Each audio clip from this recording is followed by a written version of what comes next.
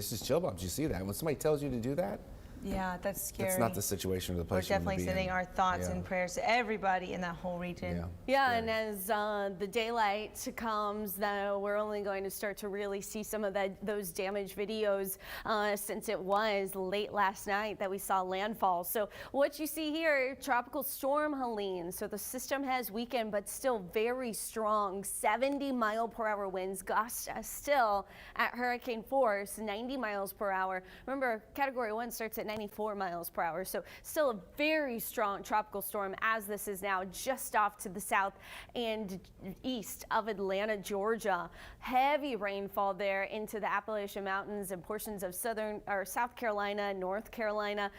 Flooding going to continue to be an issue. Pressure right now still 968 millibars. It is moving north faster at 30 miles per hour, so that's why it's made quite the trek inland. But yeah, still a dangerous system that is going to continue to provide a risk of tropical storm force winds. So we still have all of those tropical storm warnings in place for areas inland across the state of Georgia, South Carolina, and inland North Carolina.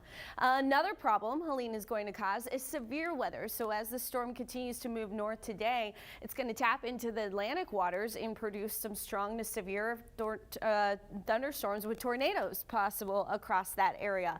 Severe risk goes away as it starts to merge with that area of low pressure, but what you see here is that flooding risk. Lots of rainfall still anticipated for this mountainous region, which is going to be problematic as that rain finds somewhere to go and continues across portions of Kentucky and into Tennessee, that Mississippi, Ohio River Valley, into the weekend and early next week. As far as locally here in the coastal bend, we have the northerly winds wrapping around that area of low pressure. That's creating really comfortable conditions outside. Now, yes, it's still hot, but our heat index values are in check once again today. It'll feel like 91 degrees when it is 91 degrees. We do have coastal flood advisory in place. So you saw the camera for our bayfront. We're not anticipating coastal flooding on our bays or across our ship channels and so forth.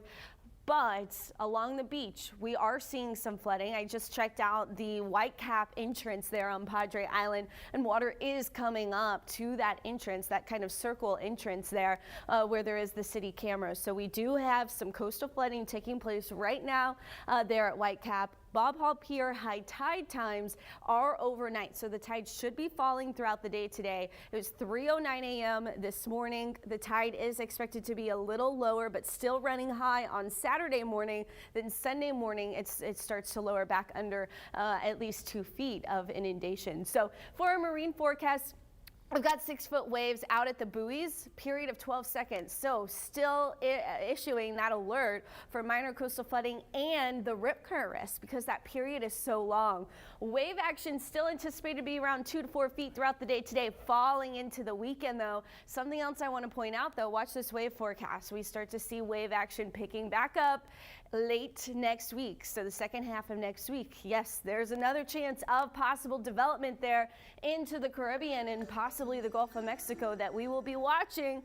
That chance of development is over the next 7 days, so it would be Wednesday or Thursday we're looking at that possibly impacting the Gulf of Mexico.